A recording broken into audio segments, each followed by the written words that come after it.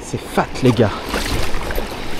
Oh putain, elle part dans le tronc d'arbre. Je suis foutu. Faut que je la bride. Putain, elle part derrière le gros bloc là-bas. Ah, je suis foutu.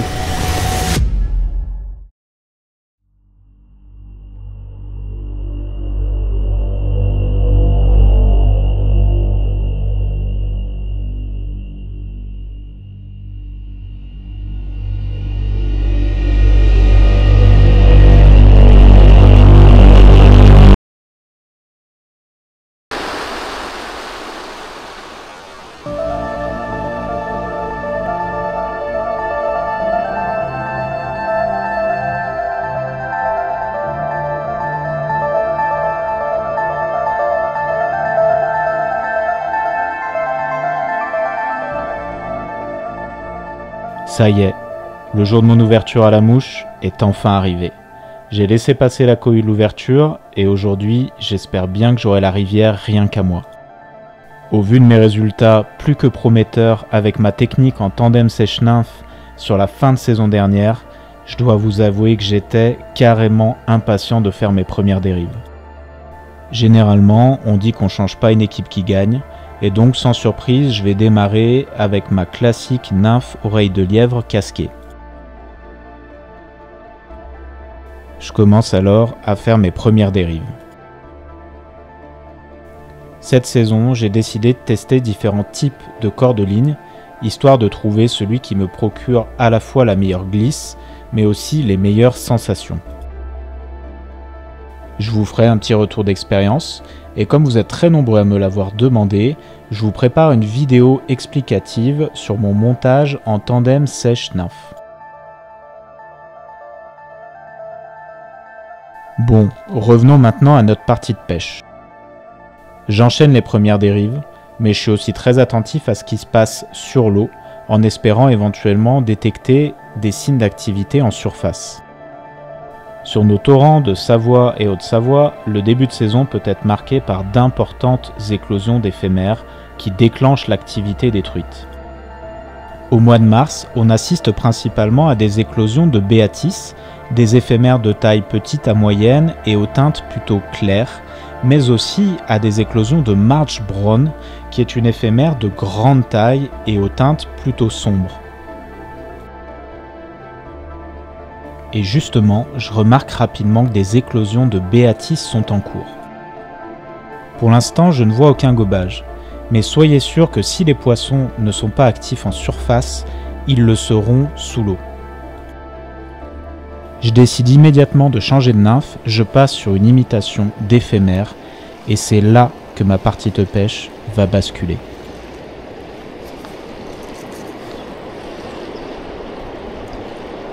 Oh putain.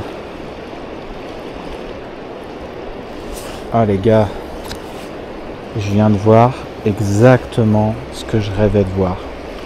Je viens de voir une magnifique zébrée venir prendre une éphémère sous mes yeux là, devant moi.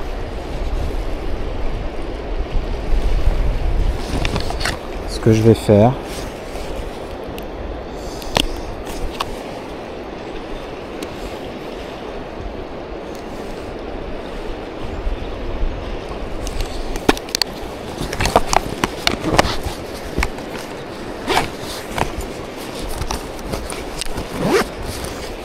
incroyable. Si ça se trouve, en fait, c'est pas la première fois qu'elle monte devant moi et je l'avais pas remarqué. Honnêtement, c'était vraiment discret. Là, j'hésite.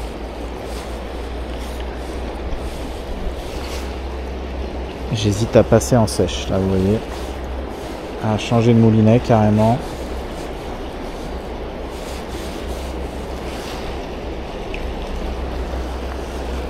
Hop là, oh là là là là là là, magnifique.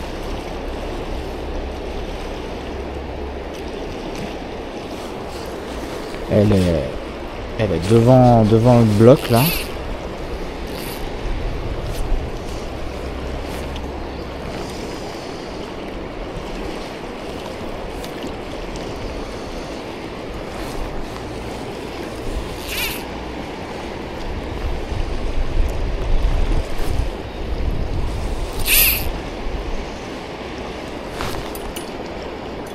Écoutez, là je suis pas mal. Poisson. C'est magnifique. C'est gros. C'est fat. C'est fat les gars. Oh putain, elle part dans le tronc d'arbre. Je suis foutu. Faut que je la bride. Faut que je la bride. Putain, elle part derrière le gros bloc là-bas. Là, je suis foutu. Puis là, je peux pas y aller. Hein. Faut que je la bride, quitte à la perdre. Hein. Ah, elle revient. Elle revient. Elle est devant moi là. Ah, elle connaît le moindre recoin, moi je vous le dis. C'est un beau poisson. Hein. Déjà, ça passe les 40, c'est sûr. Allez, viens là, ma belle.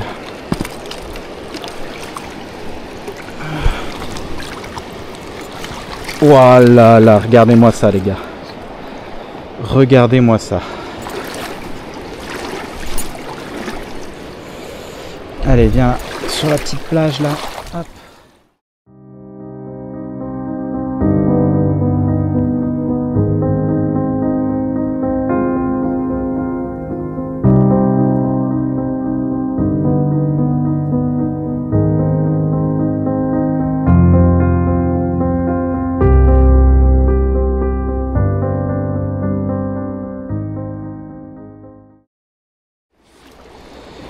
Bon, bah écoutez, voilà, hein, on n'est pas venu pour rien.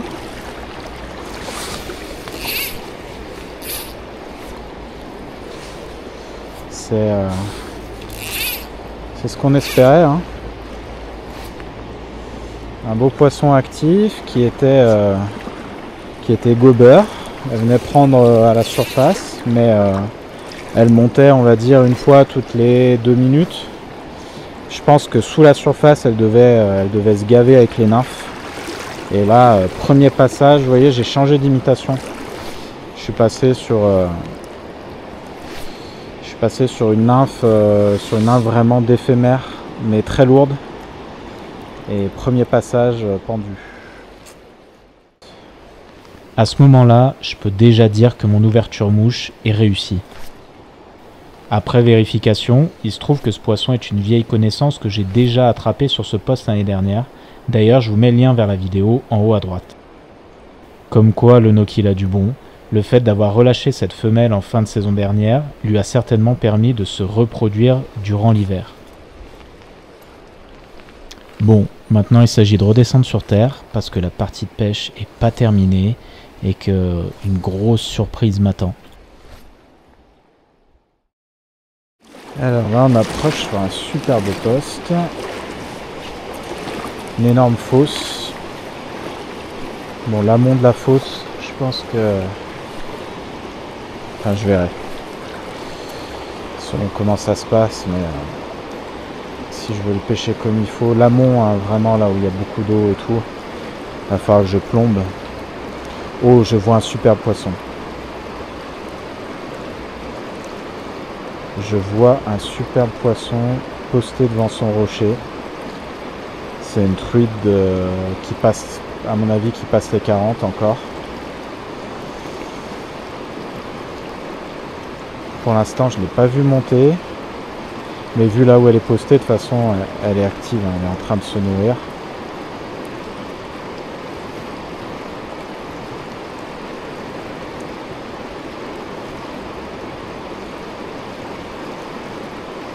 Ouais, c'est encore une belle zébrée. Je vois les zébrures d'ici. Et c'est exactement là, de toute façon, où on pouvait imaginer qu'un poisson se tiendrait. Hein. Juste devant le bloc, là. Alors là, je suis bien, je suis caché par le gros bloc. Par contre, il faut que je me décale encore un peu. Normalement, il y aura l'angle de vue à la caméra, je pense. Hop. Ouais, parfait.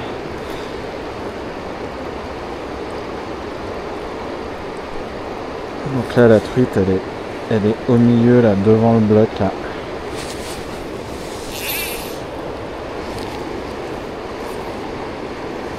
Je l'ai pas vu remonter depuis tout à l'heure. Elle est montée une fois en sèche.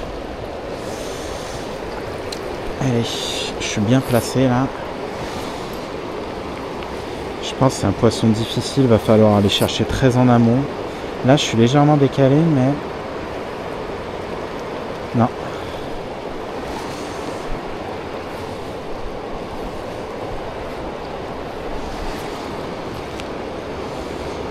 Là, je suis très en amont, mais à mon avis... Ouais, je suis trop court.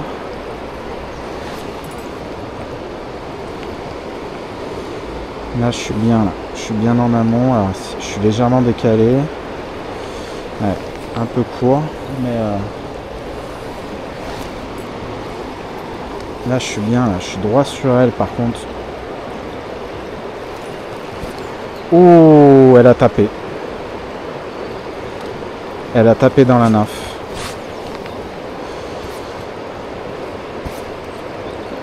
La mouche sèche a coulé et au même moment, je l'ai vue, elle a fait un écart, elle est venue taper dans la nymphe. Mais un peu au dernier moment, si vous voulez. Elle l'a un peu laissé passer derrière elle avant de venir se retourner d'un coup là. Oh, elle se décale. Oh, c'était pas pour moi, mais j'y ai cru. Juste quand j'arrivais, elle a commencé à se décaler. Là, je suis droit sur elle, mais ça va trop vite là. Oh, je l'ai! Oh, je l'ai!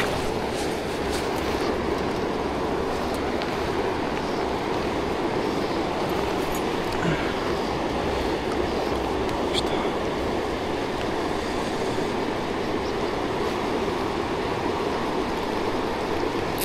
Ouais, c'est un super poisson. Incroyable. Il faut que je sorte de là, mais je suis un peu coincé. Faut pas qu'elle parte à l'aval.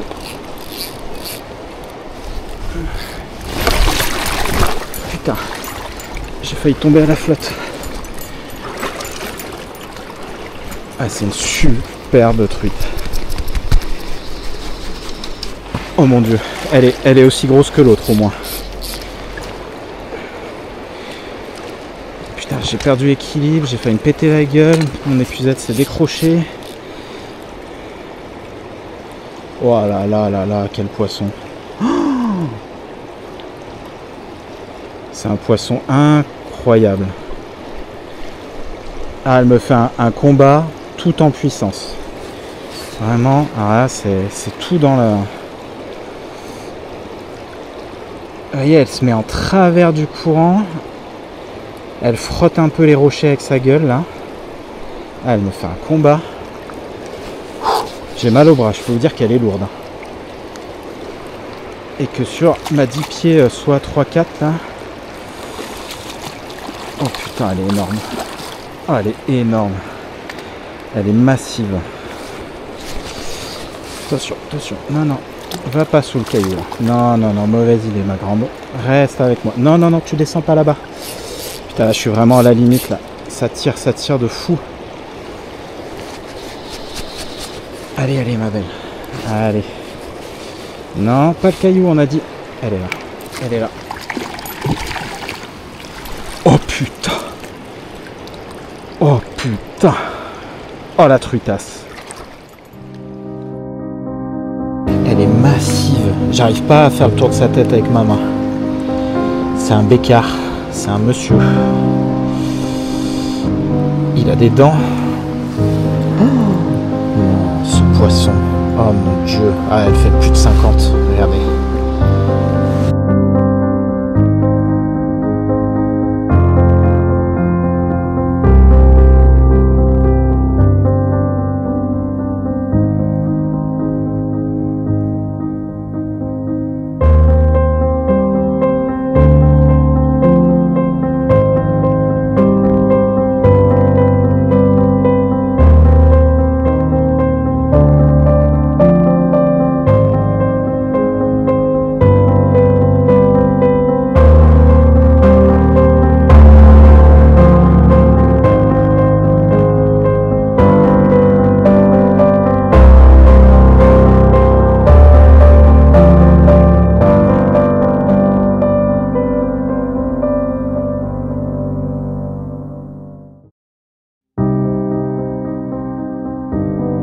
Quoi dire? Quels mots choisir pour exprimer les émotions que l'on ressent dans ces moments-là? Je pense que chaque pêcheur a son ressenti. Pour ma part, c'est une forme de plénitude, de sérénité. Je pourrais juste m'asseoir sur un rocher et rester là pendant 1 heure à observer le ballet des éphémères, le passage du simple plongeur et juste profiter de l'instant.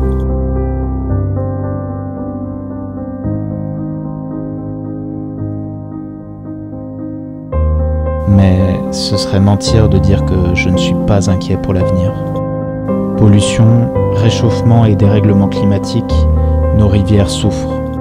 Si certains pouvaient peut-être espérer que les torrents des Alpes seraient épargnés, malheureusement, il n'en est rien.